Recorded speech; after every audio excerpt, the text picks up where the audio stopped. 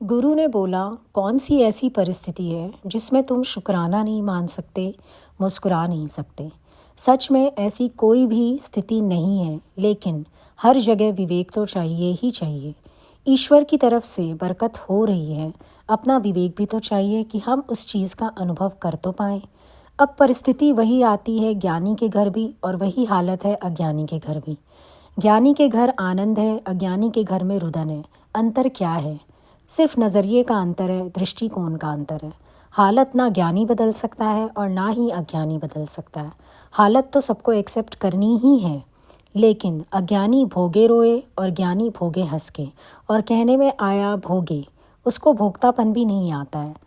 भोगने जैसी क्योंकि कोई बात ही नहीं है, तो ज्ञानी जिए ज्ञान में, देह अभिमान में वो नहीं आता, तो उसके पास कोई शिकायत नहीं है। उसके पास हज़ारों भलाइयाँ हैं। वो कहता है ये भी शुक्र है परमात्मा का, ये भी शुक्र है परमात्मा का, ये भी शुक्र है परमात्मा का। हर बात में वो शुक्राना करता है। तुम्हारे मन की शिकायत भी दूर कर सकता है वो, और दूसरों के अपने मन की भी शिकायत दूर कर सकता है, क्योंकि वो अपनी कोई विल लेके ही नहीं बैठा है कहीं भी। इच्छा जो है वो कभी भलाई देखने ही नहीं देती हमें। ये इच्छा का जो कांसा है वो जहाँ भी रहेगा वहाँ भिखारी की फीलिंग तो रहेगी ही रहेगी। जहाँ अपनी कोई इच्छा नहीं है वहाँ हम सब कुछ अच्छा देख सकते हैं। इच्छा और अच्छा, ये दोनों चीज़ें इकट्ठे नहीं रह सकते। इच्छा होगी तो वो अच्छा देखने नहीं देगी। ज्ञानी के अंतर एक न दो। तुम इमोशनल माइंड में ज़्यादा जीते हो। देह अध्यासी क्या करेगा? इमोशनल माइंड में जीता रहता है। हर चीज़ के साथ वो अपने इमोशंस जोड़ देता है। हर चीज़ को वो ड्रामेटिकल बना देता है। ऐसी ऐसी बातें बोलता है, ऐसी ऐसी सोच सोचता है कि ना रोना आता हुआ भी आ जाए। लेकिन हम गुरुवान हैं।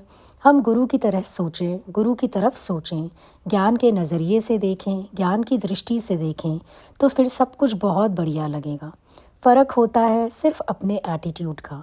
तुम ए फॉर अचार बोलते हो और हम ए फॉर एटीट्यूड बोलते हैं। तुम्हारे आचार से खटास है, कड़वाहट है।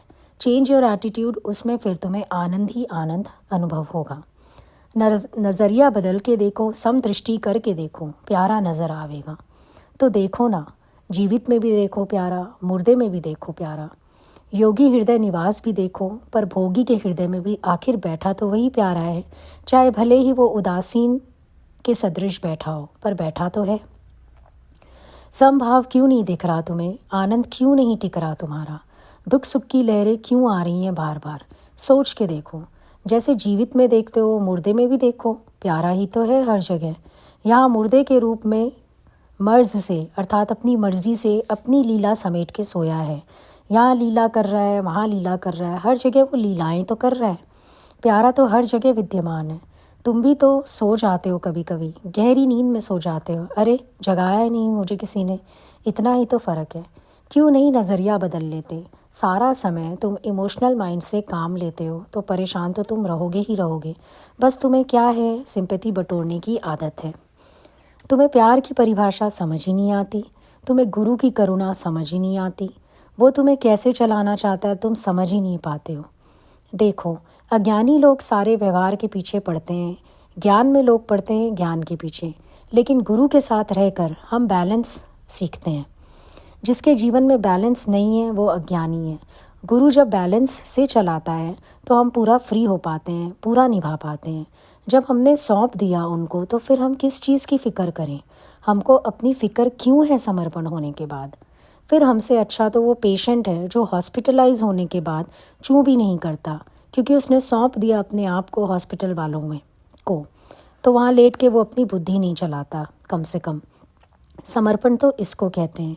तुम ज्ञान की तरफ चलते हो, पर बीच बीच में अपनी शाखाएं बना लेते हो। कहीं भी मुड़ के अपना चल देते हो। क्यों मुड़ते हो? बेसिक एम तो अपना याद रखो। इसी मन को तो तुम मोड़ने आए हो गुरु के पास। इसी मन का मौत करने आए हो, इसी अज्ञान का नाश करने आए हो।